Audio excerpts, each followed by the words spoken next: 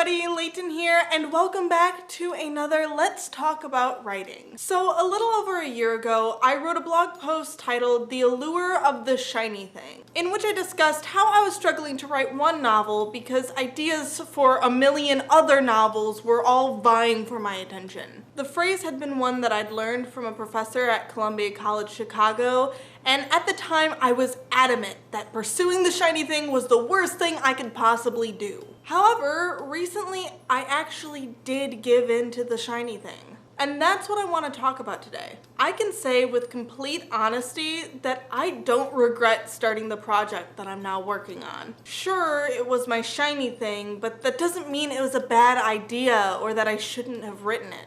In this post, I'm not going to warn you about the dangers of the shiny thing. Rather, we're going to talk about these three things. Understanding why the shiny thing appeals to you so much, deciding whether or not the shiny thing is worth pursuing, and knowing when it's the right time to allow the shiny thing to demand your attention. This all may seem odd, since my previous post all but spurned the very notion of giving the shiny thing the time of day. However, as I've grown as a writer, I've come to understand that this isn't a black and white issue. The shiny thing is neither good nor evil. It's just a thing us writers have to deal with. So before we get into the three things that I wanted to discuss today, I'll quickly explain a bit more about what the shiny thing is in case you don't feel like going back and reading that old post. To put it simply, the shiny thing is an idea. It can be any kind of idea. An idea for a new book, an idea for a new drawing, an idea for a new video series.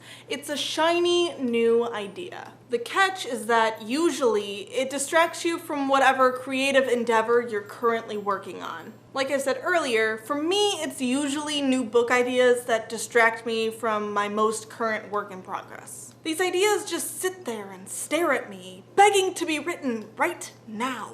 And if I'm not careful, I'll give in to them without a second thought. That's exactly the opposite of what you want to do with the shiny thing, though. You can't just give in. You need to think long and hard before you begin working on it, or else you'll just find yourself leapfrogging from one idea to the next without ever finishing anything. However, you can't never give in to the shiny thing. This creates a fine line, which I'm going to help you navigate. With that said, let's get started. The first thing I want us to look at is the why. Why does this shiny thing appeal to you so much? The truth is, the appeal stems largely from the fact that the idea is still in your head. What does that mean? Well, when an idea is in your head, it's perfect. It just doesn't have all of those bumps and blemishes that you can't seem to scrub out of your current work in progress, no matter how much elbow grease you put into it. However, you have to recognize that these imperfections come with the territory of creating anything.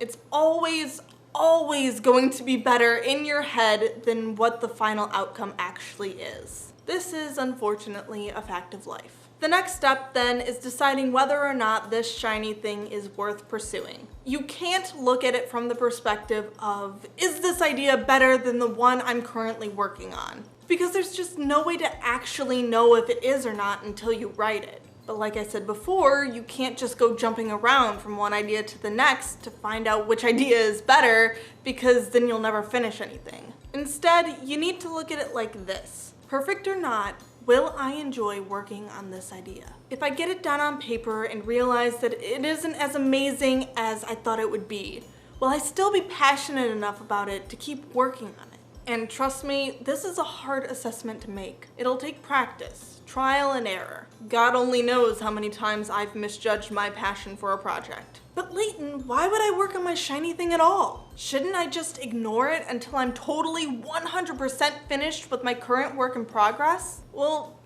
yes and no. This is where that fine line is drawn. You have to know when it's the right time to give in and finally start working on that shiny thing. This, I've found, is the trickiest part of the whole shebang. How can you tell when it's too early or too late? I really struggled with this when it came to writing my novel, The Forbidden Prophecy. When I started working on The Forbidden Prophecy, I did not expect it to take 3+ years to write. In the beginning, pushing off projects seemed logical as I completed drafts 1, 2, 3, and even 4. Then things started to get complicated. I was taking creative writing courses in college where I was starting to work on new projects for classes, getting a new idea for a novel every few weeks. Still, I was determined to put them all off, not only until my novel was finished, but published. And so drafts 5, 6, 7, 8, 9, 10, 11 all went by.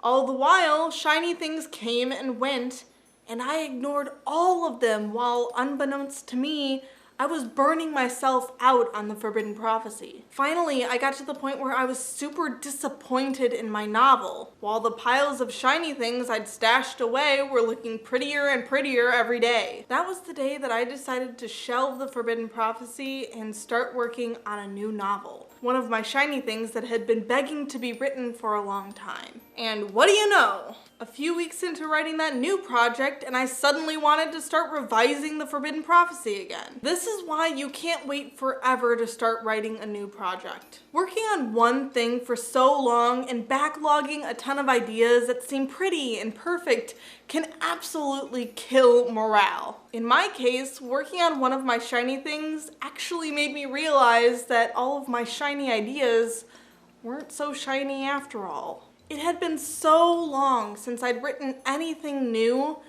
that I'd forgotten that nothing I ever write will be perfect. Once I relearned that lesson, it totally boosted my confidence in the Forbidden Prophecy again, and got me working on another novel that could also possibly be published in the very distant future. So from this experience, I learned that you shouldn't just ignore your shiny things. Still though, you can't start them too early either. I'd say as a general rule of thumb, you should get a few good revisions under your belt and maybe even a beta read before you start something new.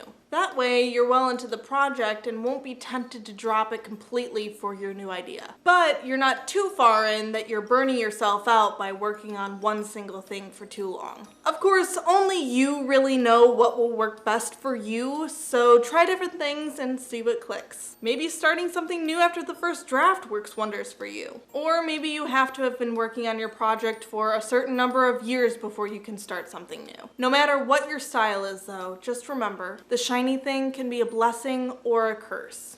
It's up to you to decide. And that's all I've got for you guys today. Thank you guys so much for watching this video. If you enjoyed it, please make sure to hit the like button and subscribe button, and make sure to check me out on all of my social medias. I have Facebook, Tumblr, Twitter, and Instagram all linked in the description below. I also have a personal blog, readwritelovefiction.com, where I have posted the corresponding blog post to this video, so if you want to read all of this information that you've just listened to, go ahead, I guess. But not only that, I also have a ton of other awesome content on that blog, so if you're interested, please go check it out. And check out my official author website, leightonjwilliams.com, which also has great content. And finally, thank you guys so much for watching this video. I hope you have a beautiful day, and I'll see you next time.